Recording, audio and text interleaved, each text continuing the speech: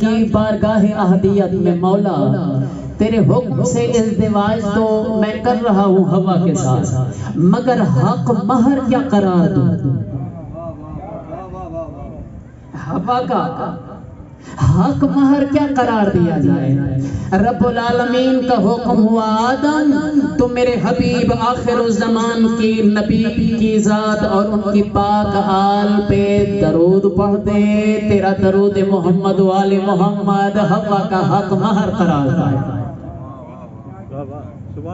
یہی سبب ہے شاید اس وقت سے آج تک جہاں بھی کسی صاحب ایمان لڑکے یا لڑکی کی شادی ازدواج ہوتی ہے تو پہلے حدیث قصہ کی تلاوت ہوتی ہے۔ یہ تذکرہ محمد و آل محمد کا سلسلہ جنت سے چلا آ رہا ہے، جناب آدم اور بی بی حوا سے۔ ایک درود بلند آواز سے عظمت محمد و آل محمد پر اللہم صلی علی محمد۔ بہرحال تفصیلات ہیں، جزیات ہیں، مگر اب وقت متحمل نہیں ہے وہ جزیات تفصیلات پیش کرنے کا۔ بہرحال حکم خدا تھا لا تقربا هذه الشجرہ، مگر ایک خاص شجر کے پھل کی خواہش کی جناب آدم بی بی حوا نے جنت سے زمین پہ پھینک دی، اور جس مقام پہ بی بی حوا تشریف لائیں آج بھی اس کا نام جدہ شہرت رکھتا ہے۔ جدہ عربی میں دادی کو کہتے ہیں، چونکہ اس مقام پہ بی بی حوا بشریت اور انسانیت کی دادی تشریف لائی تھی، اس لیے اس مقام کو آج تک جدہ کہا جاتا ہے۔ توجہ ہے بسم اللہ۔ اچھا، جدہ کے مقام پر ایک پہاڑی کی چوٹی پہ تاریخ کہتی ہے بی بی حوا نے اپنے بال کھولے نا زلفیں، اور وہ خوشبو موجود تھی جنت۔ بات نتیجے تک پہنچ گئی۔ قاضمی صاحب اللہ مرتضی اللہ بھائی پوری توجہ، بال کھولے جناب حوا نے، لہذا خوشبوئیں جنتی خوشبوئیں اطراف عالم میں پھیل گئی، موتیا کی صورت میں، چمیلی کے پھول، وردہ کی صورت میں بیٹھے ہوئے چلے گئے ہیں۔ اچھا، اب میں پیش کرنے لگا ہوں گلاب کے علاوہ میں نے عرض کیا سب کا تعلق بہشت عنبر سرشت سے، مگر گلاب کا تعلق کہاں سے؟ اب اس سے بڑھ کے کیا شان رسالت بیان ہوگی؟ گلاب جو پھولوں کا سردار ہے، اس کی حقیقت محمد مصطفیٰ کا پسینہ ہے۔ سبحان اللہ، سبحان اللہ، یہ سرکار دو عالم کے پسینے کی حقیقت کا نام۔ اب روایت کے یہی جملے ہیں، شیعہ سنیوں کی کتابوں میں یہ حقیقت موجود ہے کہ رسالت باب اپنے صحن اطہر میں محو آرام ہے، سورج کی لائٹ بدن اطہر پہ پہنچی، سرکار کا پسینہ بہنا شروع ہو گیا، سرکار کے حرموں میں سے ایک حرم نے دیکھا کہ سرکار کا پسینہ زمین پہ آ رہا ہے، لہٰذا انہوں نے نیچے برتن رکھ دیا تاکہ رحمت دو جہاں کا پاک پسینہ زمین پہ نہ جانے پائے، ایک برتن میں محفوظ کیا، اور وہی جس میں سرکار دو عالم کا پسینہ تھا وہ برتن کمرے میں جا کے رکھا، تھوڑی دیر کے بعد جائیں تو سرکار کا پسینہ مجسم ہو کے گلاب کے پھولوں کی شکل رکھ گیا، گلاب کے پھولوں کی شکل اختیار کر چکا تھا پسینہ۔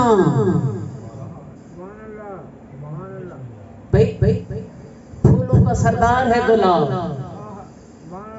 اور گلاب کی خوشبو سب پھولوں سے منفرد ہے تو سردار کنگ کہا گیا، بادشاہ کہا گیا۔ توجہ ہے بابا، جس ہستی کا پسینہ گلاب قرار پائے، اب اس ملا کی عقل کو میں کیا کہوں جو کہتا ہے مصطفیٰ مجھ جیسا۔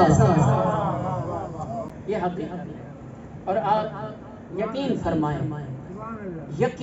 فرمائیں جہاں جہاں آپ تشریف رکھتے ہیں، کربلا کا محرک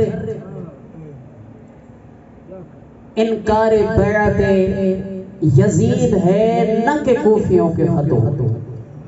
بس سمیٹ لی میں نے اپنے، یہ تھوڑا سا حسین شناسی، کربلا شناسی سے متعلقہ جملہ ہے عزیز بچوں، نوجوانوں کی معرفت تاکہ بڑھ جائے حسینیت سے متعلقہ اور کربلا شناسی میں ان کا اضافہ ہو جائے۔ الزام لگایا جاتا ہے کہ چونکہ کوفیوں نے خطوط بھیجے تھے، لہذا کوفیوں کے خطوط کے رد عمل میں قیام امام حسین عمل میں آیا۔ نہیں، اس میں کوئی حقیقت نہیں۔ کوفہ والوں کے خطوط مکہ پہنچے ہیں، نہ کہ مدینہ۔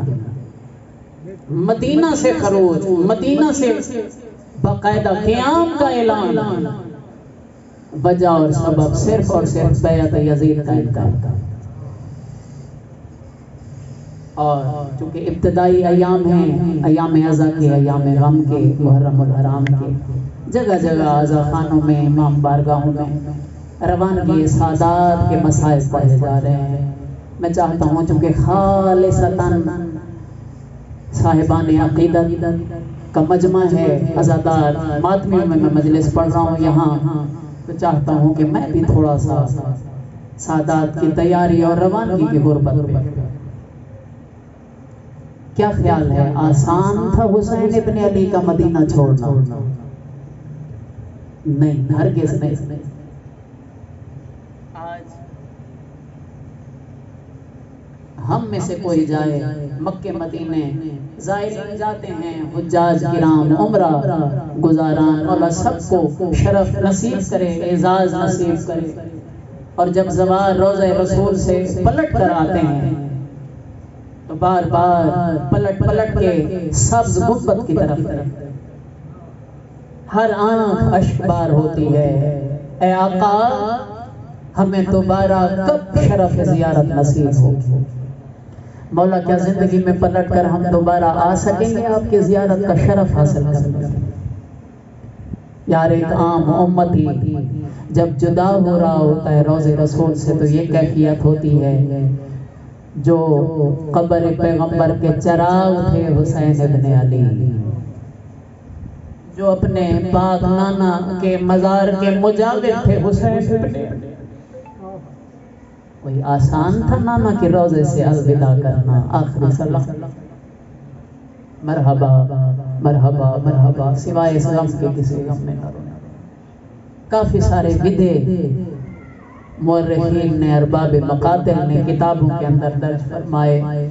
اب وہ ظاہر ہے وقت اتنا نہیں رہ گیا، وہ سارے تو میں بیان نہیں کر سکتا، ایک دو ہر آئے ہوئے عزادار کی عزاداری قبول۔ بی بی راضی ہو جائیں، اور بی بی جب آنسوؤں کی خیرات ادا کر دیں تو سمجھیے پاک بی بی سے یہ قبولیت کی سند۔ میں قربان جاؤں ودا میرے آقا و مولا حسین ابن علی کا،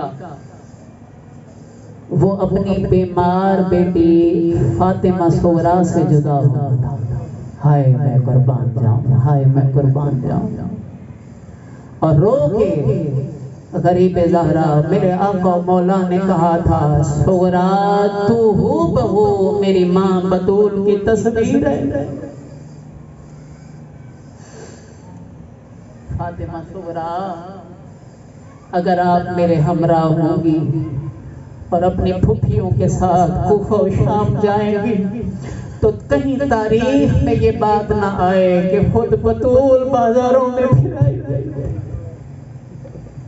مرحبا مرحبا مرحبا، یہی سبب تھا، یہی سبب تھا، جیتی جاگتی تصویر تھی بی بی بطول کی جناب فاطمہ صغریٰ۔ لہذا میں کہا کرتا ہوں بی بی صغریٰ یہ فقط آپ کا نصیب ہے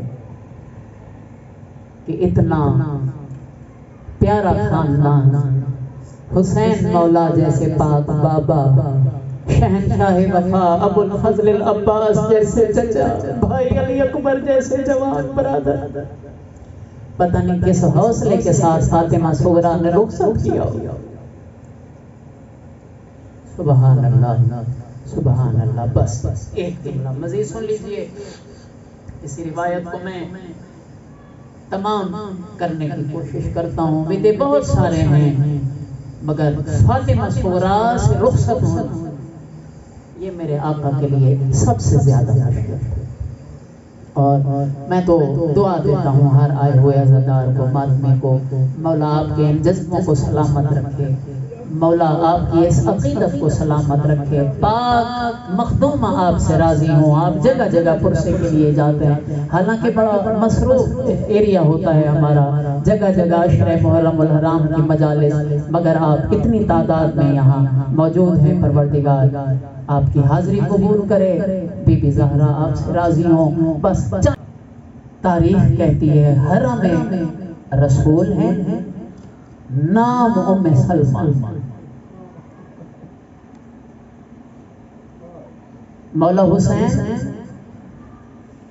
شہزادے بی بی بطول کے تھے، مگر بالا حرم رسول ام سلمہ بی بی. اب یہ میرا ایک لفظ ترازو تحقیق پہ تلا ہوا ہے، پہلے عرض کر چکا ہوں، وقت نہیں رہ گیا، میرے ساتھ ساتھ آئی رہیے گا.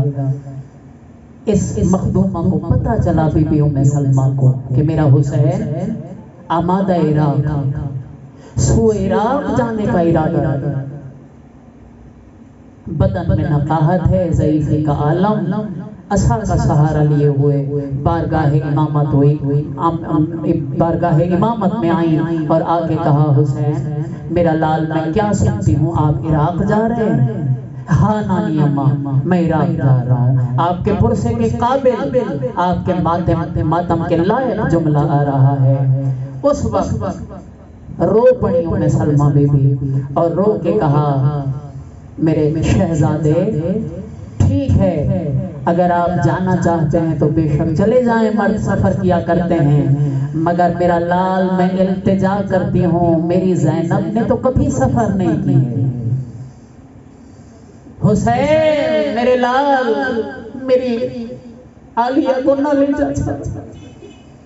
اس وقت غریب زہرا مسافر کربلا میرے آقا و مولا نے فرمایا نانی اماں میری بہن عالیہ بغیر میرا مشن ادھورا.